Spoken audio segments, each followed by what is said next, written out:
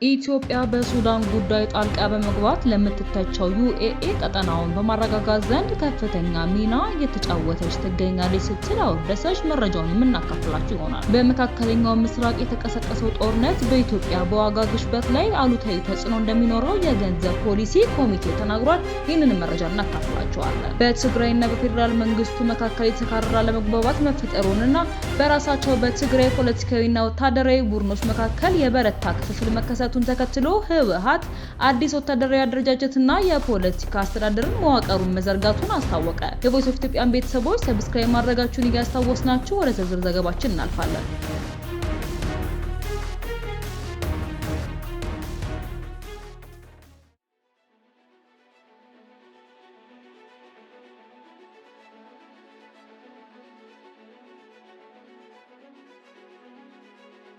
ኢትዮጵያ በሱዳን ጉዳይ ጣልቃ በመግባት ለምትተቸው ዩኤኢ ቀጠናውን ለማረጋጋት ዘንድ ከፍተኛ ሚና እየተጫወተች ትገኛለች ስትል አወደሰች።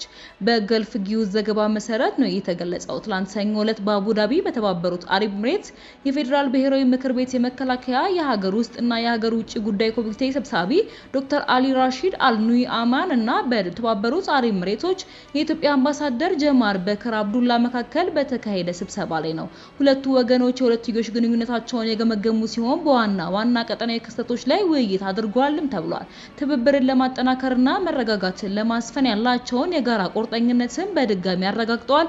በተጨማሪም ለቀጠናዊ ቀውሶች ፖለቲካዊ መፍትሄዎችን መሻት ያለውን ጠቀሜታ አጽንኦት ሰጥተዋልም ተብሏል።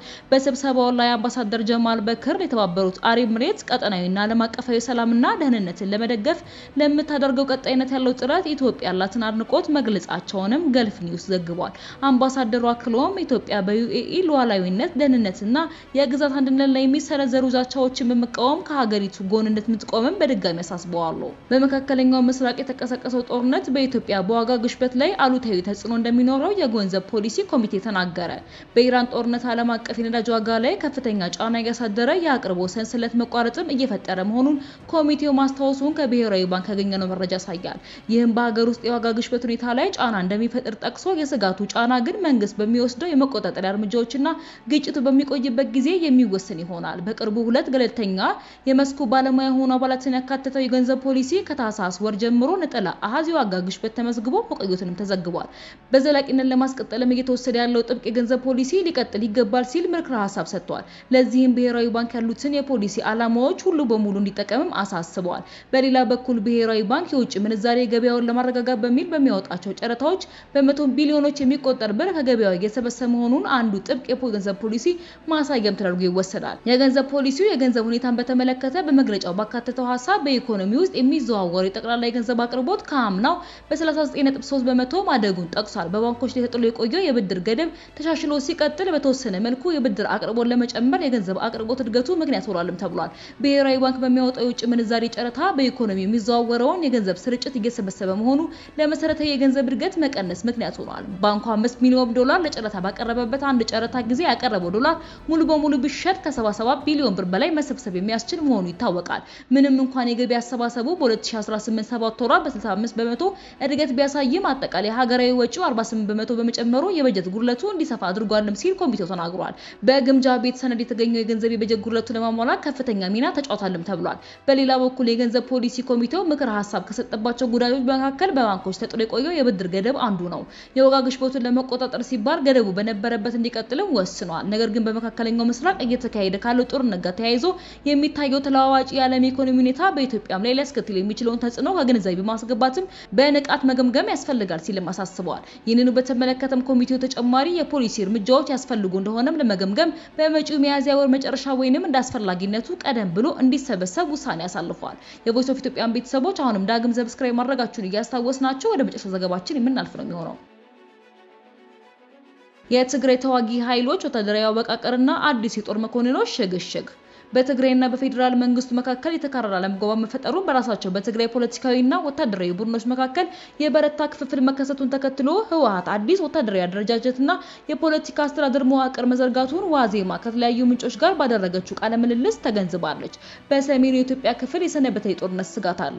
ይህንን የጦርነት ዳመና ተከትሎ በርካታ መዋቅራዊ ለውጦችን እያደረገ እንደሆነ የሚነገርለት ቲዲኤፍ በተለይም ካለፉት 6 ወራት ወዲህ የታችኛውን እርከን ያማከለ መዋቅራዊ ለውጥ የከፍተኛ ወታደራዊ አመራሮች ሽግሽግና የሰራዊት ድልድል ስራዎችን ሲያካሂድ ቆይቷል። የትግራይ ኃይል 2013 ዓ.ም በፌዴራል መንግስትና በህወሓት መካከል የተቀሰቀሰውን ጦርነት ተከትሎ የተመሰረተ ሲሆን ከመደበኛ ሰራዊትነት ይልቅ ከተለያዩ የህብረተሰብ ክፍሎች የተወጣጣ ማለትም የትግራይ ተወላጅ የቀድሞ መከላከያ ሰራዊት አባላት ከጦርነቱ በፊት የነበረው የክልሉ ልዩ ኃይልና የፖሊስ አባላት ሚሊሻዎችን እንዲሁም ተማሪዎችና በተለያዩ ስራ ዘርፎች ላይ የተሰማሩ ሰልጣኝ በጎ አድራጎችን ወጣቶችን ያቀፈ ነው። ሰራዊቱ አራት ግንባሮችና በቁጥር የሚታወቁ 12 ክፍለ ጦሮች አሉት።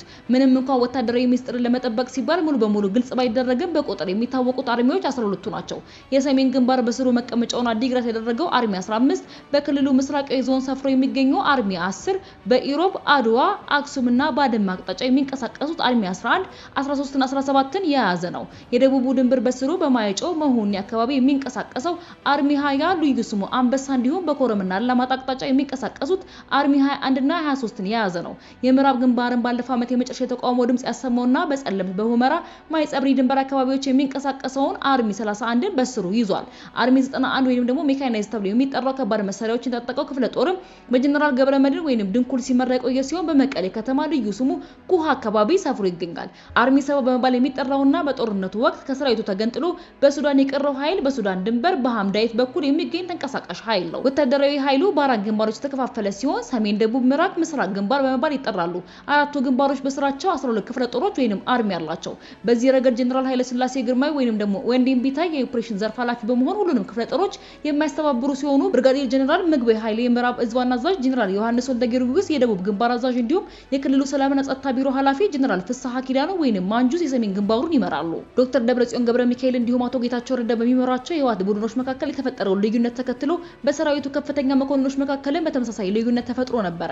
ይህንን ተከትሎ በነሐሴ ወር 2018 አርሚ 15ን በማንቀሳቀስና ዲሽቃ የጫኑ ከባድ ተሽከርካሪዎችና መሳሪያዎችን ይዘው የጊዜያዊ አስተዳደር ጽሕፈት ቤት በመክበባቸው የመፈንቅለ መንግስት ሙከራ ለማድረግ አሲራል በሚል የተከሰሱት ብርጋዴር ጀነራል ጎሽ ገብረና ስርዓቱ እንደሚቃወሙ በይፋ የተገለጹት ጀነራል ተክላይ አሸብር ወይንም ወዲ አሸብር ራሳቸውን ከጦሩ ማግለላቸው ይታወሳል። በኮር በላይ የተባሉ ከፍተኛ ወታደራዊ መኮንኖች በጥር 2017 ባደረጉ ስብሰባ ያሳለፉትን ከህወሓት ጎን የመሰለፍ ውሳኔ በመቃወም ራሳቸውን ያገለሉት ጀነራል ጻድቃን ገብረትንሳኤና ጀነራል ገብረ እግዚአብሔር በየነ ወይንም ወዲያን ጥሩም በተፈጠረው ልዩነት ሳቢያ በአፋር የሚንቀሳቀስ የራሳቸውን ታጣቂ ኃይል መመስረታቸውም አይዘነጋም። ለሂደቱ ቅርብ የሆኑ ምንጮች እንደነገሩ በተዋጊ ኃይሉ በፖለቲካ አደረጃጀቱና በህወሓት መካከል የተወሰነ የመደራረብም ሆነ የመጣረስም ዝንባሌ ያለው ይህ አወቃቀር ህወሓት የተሻለ ቁጥጥርና የመሪነት ሚና እንዲኖረው የሚያደርግ ሲሆን በክልሉ የተፈጠረውን የስልጣን ሽኩቻ በማስፋት በኩል አሉታዊ ተጽዕኖ ይኖረዋል። የቮይስ ኦፍ ኢትዮጵያን ቤተሰቦች አሁንም ዳግም ሰብስክራይብ ማድረጋችሁን እያስታወስናችሁ በሌላ ቆንጆ መረጃ እስክንገናኝ ድረስ በደህና ቆዩ።